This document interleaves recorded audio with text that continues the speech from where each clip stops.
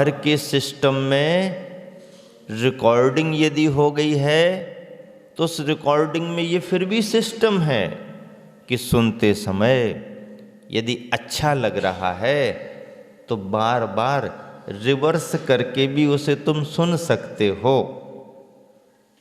बार बार सुन सकते हो, क्योंकि अच्छा लग रहा है।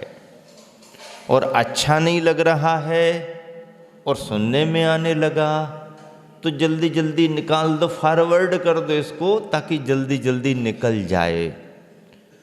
तो बाहर के सिस्टम में जो अच्छा नहीं लग रहा उसे जल्दी जल्दी निकाला जा सकता है, अच्छे लगने वाले को बार बार सुना जा सकता है, रिपीट किया जा सकता है।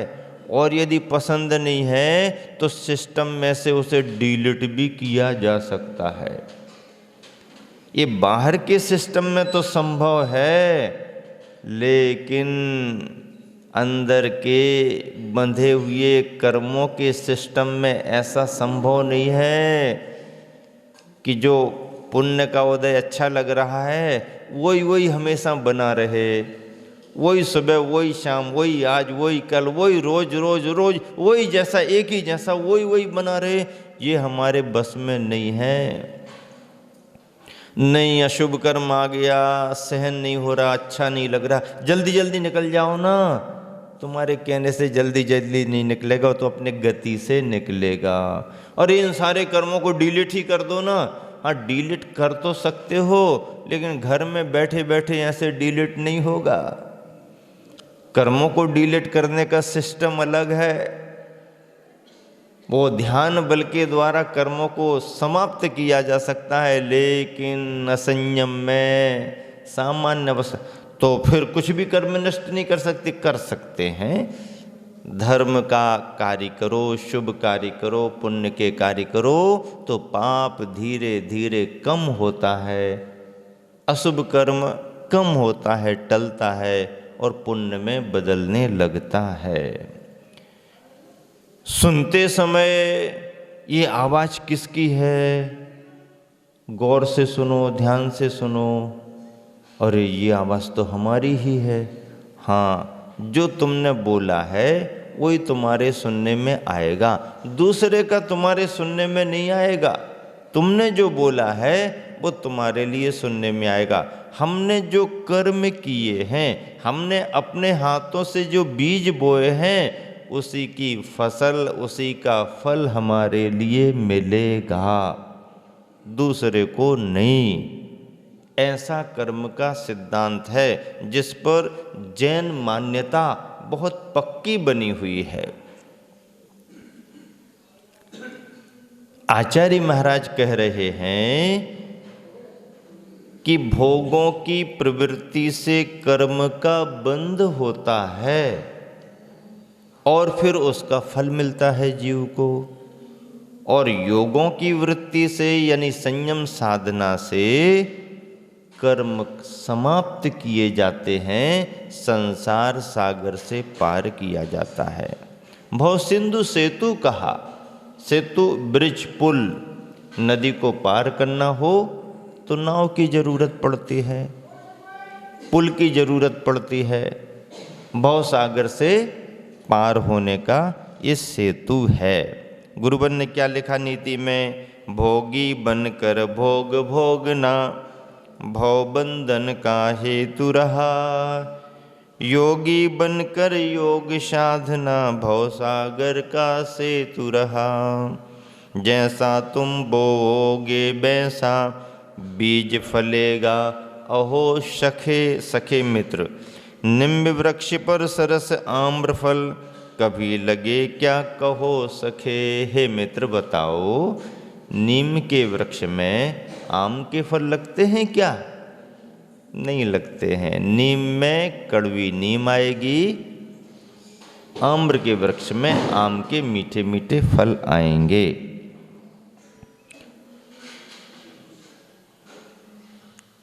अभी ये वर्ष जो चल रहा है और जो तिथि पहले निकल गई अष्टानिका की, फाल्गुन कृष्णा 11, फाल्गुन कृष्णा 11 को आचार्य शांति सागर जी महाराज जी ने मुनि दीक्षा ली थी और उस समय 20 मार्च की तारीख पड़ी थी। तो 20 मार्च कल हो गया, आज 21 मार्च है। तो ऐसे तिथि और तारीख को ध्यान में रखें तो ये वर्ष समझ लीजिए कि हमारे इस 19वीं सदी के जिन्होंने मुनि परंपरा के लिए पुनर्जीवित कर दिया, ऐसे गुरुणाम गुरु महागुरु आचार्य शांति सागर जी महाराज जी को मुनि दीक्षा लिए 100 बरस हो गए। कितने बरस हो गए?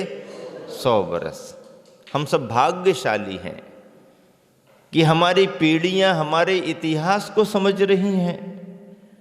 उस निर्ग्रंथ मुनि परंपरा को, जिस निर्ग्रंथ मुनि परंपरा को तीर्थंकर भगवंतों ने आगे बढ़ाया। तीर्थंकर भगवंतों की वह परंपरा गणधरों के माध्यम से आगे बढ़ी। गणधरों से चल करके बड़े बड़े आचार्यों ने उसे आगे बढ़ाया और तीर्थंकर महावीर भगवान, इंद्रभूति गौतम स्वामी गणधर, सुरत केवली, विष्णु नंदी मित्र, नंदी मित्र, अपराजित गोवर्धन भद्रबाहु आदि बड़े बड़े महान श्रुत केवली महाराज, सम्राट चंद्रगुप्त दिगंबर मुनि बने, भारतीय इतिहास को दिगंबर परंपरा में बहुत उज्जवल किया। मुकुटबद्ध राजाओं में अंतिम सम्राट जिसने अपना मुकुट त्याग करके संपूर्ण आर्यावर्त भरत खंड का, इस भारत देश का पूरा राज्य छोड़ करके और निर्ग्रंथ मुनि दीक्षा श्रुत केवली भद्रबाहु आचार्य महाराज से ली। इतना बड़ा पुण्यवान शासक जैन सम्राट था चंद्रगुप्त। मौर्य वंश की स्थापना उसने की थी।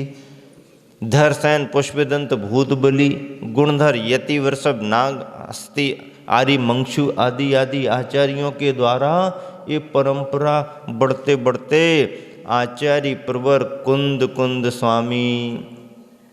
कुंद स्वामी ने दिगंबर परंपरा को बहुत बड़ा योगदान दिया, जिसके कारण मंगलम भगवान वीरो मंगलम गौतमोगणी मंगलम कुंद आर्यो, कुंद आचार्य महाराज को स्मरण किया जाता है। और बड़े बड़े आचार्य उमा स्वामी, पूज्यपाद, समंत भद्र, अकलंक आदि बड़े बड़े आचार्यों की चर्चा हम करते हैं। और ऐसी निर्ग्रंथ श्रमण परंपरा आगे बढ़ते बढ़ते और बीच में उतार चढ़ाव भी बहुत आए, देश काल की परिस्थितियां भी बहुत बदली, अकाल का समय भी आया, मुनियों के आहार विहार भी बाधित होने लगे, निर्ग्रंथ मुनियों के विहार बाधित होने लगे। एक समय ऐसा भी आया जब मुनियों के दर्शन ही दुर्लभ होने लगे। मुनियों का अस्तित्व तो देश में कहाँ पर क्या है जानकारी नहीं मिलती। बहुत यदा कदा मुनि संग मुनि महाराज दिगंबर मुद्रा के धारी कहीं कहीं पर रहे। सर्वथा अभाव नहीं हुआ, लेकिन बहुत विरल हो गए, जानकारी नहीं मिलती, दर्शन वंदना नहीं होते। ऐसा समय चलता रहा और चलते चलते फिर मुनि मुद्रा को धारण करने में हिम्मत और साहस के साथ शांति सागर जी महाराज आगे बढ़े। और शांति सागर आचार्य महाराज ने आगे बढ़ करके आचार्य पद संभालते हुए इन मुनियों की परंपरा की इतनी प्रभावना बढ़ा दी कि आज उनकी कृपा से, उनके पुरुषार्थ, उनकी मेहनत से यह परंपरा हमारे तुम्हारे बीच में निर्बाध चली आ रही है, निर्बाध चली आ रही है। 100 बरस हो गए मुनि दीक्षा लिए, सामान्य बात नहीं है, बड़े गौरव की बात है, बड़ी खुशी की बात है, प्रभावना की बड़ी बात है। 100 बरस हो गए, सामान्य बात नहीं है। और इसी गर्व गौरव का अनुभव करते हुए श्रद्धालु जन, देश में सभी वरिष्ठ कार्यकर्ता जन बड़ी खुशी खुशी से सारी समाज आचार्य शांति सागर जी महाराज का शताब्दी समारोह मनाने के लिए तैयार हो गई है। बहुत बड़ी बात है। ऐसे आचार्य शांति सागर जी महाराज जी के समय भी कुछ तर्क वितर्क होते रहे, सभी तरह के तर्क वितर्क करने वाले आते रहे। तो एक विद्वान ऐसा पहुंच गया जो शांति सागर जी महाराज जी से, आचार्य महाराज से प्रश्न करता है कि गुरुदेव, आप बार बार प्रवचन में कहते हो कि पंचम काल में मोक्ष नहीं, मोक्ष नहीं, मोक्ष नहीं, तो जब मोक्ष ही नहीं है तो आप मुनि काय को बने? क्या कहता? जब पंचम काल में मोक्ष नहीं है तो आप मुनि काय को बने? जिस काल में मोक्ष होता उस काल में मुनि बनते आप, तब तो बात मानी जाती। और फिर दूसरी बात यह है कि इतना तुम्हारा तपस्चरण, इतनी तुम्हारी चर्या, ये नियम, वो व्रत, ये उपवास, ये चर्या, ये आवश्यक, ये ध्यान, ये साधना, ये स्वाध्याय, ये सब आप इतना कर रहे हो और इतना करने पर भी आपको मोक्ष नहीं मिल रहा, तो फिर मैं इसे कुछ मानता ही नहीं। क्या कहता?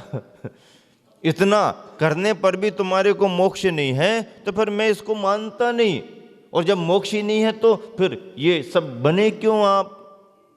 शांति सागर जी महाराज जी ने सुन लिया, शांत भाव से सुन लिया, प्रश्नकर्ता की मानसिकता को भी समझ लिया और उत्तर दिया।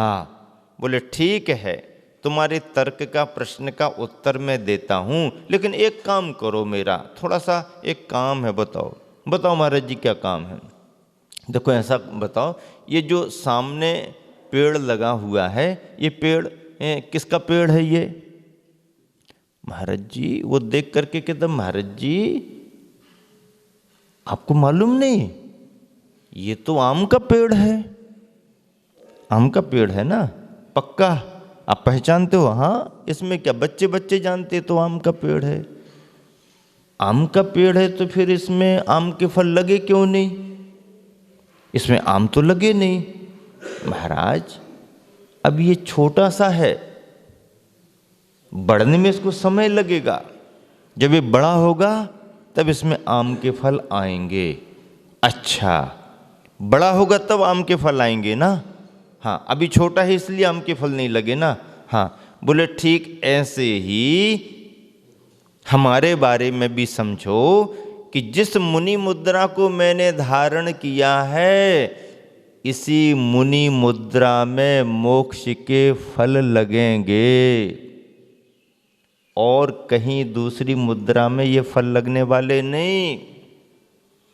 कपड़े वालों की मुद्रा में मोक्ष के फल लगने वाले नहीं।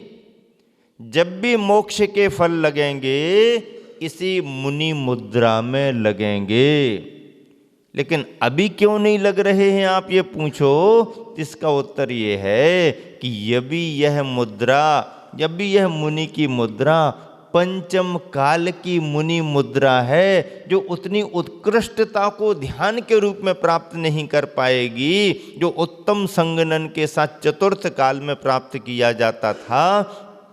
पंचम काल है, पंचम काल के संगनन के साथ ये मुनि मुद्रा है, तो इसीलिए यह पंचम काल की मुनि मुद्रा छोटी मुनि मुद्रा है। इस छोटी मुनि मुद्रा में शुभ ध्यान के फल तो लगेंगे, लेकिन केवल ज्ञान पाने योग निर्विकल्प शुक्ल ध्यान के फल नहीं लगेंगे और निर्वाण मोक्ष के फल नहीं लगेंगे। शुभ ध्यान हो सकता है, अभी शुक्ल ध्यान नहीं हो सकता, तो इसमें फल तो लगेंगे, लेकिन जब यह मुद्रा बड़ी होगी तब इसमें मोक्ष के फल लगेंगे। वह विद्वान आश्चर्यचकित रह गया, उसे बात समझ में आ गई। हाँ, मुक्ति के फल असंयम की मुद्रा में लगने वाले नहीं हैं। जब कभी भी मुक्ति के फल लगेंगे संयम की मुद्रा में ही लगेंगे, और ऐसा संयम संयमियों के सानिध्य को पाने पर ही मिलता है। और संयमियों का सानिध्य सब जगह और बार बार नहीं मिला करता, सब जगह नहीं मिला करता, बार बार भी नहीं मिला करता। चाहते तो सभी देशवासी हैं, सभी नगरवासी हैं कि हमारे यहाँ सानिध्य मिले, हमारे यहाँ सानिध्य मिले, लेकिन सभी जगह संभव नहीं होता। फिर भी गुरुवर आचार्य श्री कृपा करके अपने संघों को सब जगह विहार करा रहे हैं और स्वयं भी विहार कर रहे हैं। ऐसा कोई प्रांत नहीं रहा जहां पर आचार्य श्री के संगों का विहार ना हुआ हो।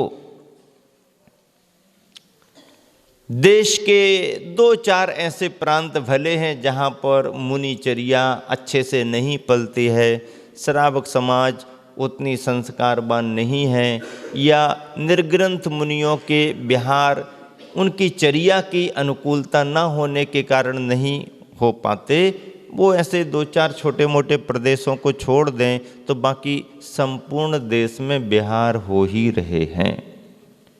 चाहे गुजरात हो, चाहे महाराष्ट्र हो, चाहे कर्नाटक हो, राजस्थान हो, उत्तर प्रदेश भी क्यों ना हो, उत्तराखंड भी क्यों ना हो, छत्तीसगढ़ भी क्यों ना हो, मध्य प्रदेश भी क्यों ना हो, सभी जगह हो रहे हैं।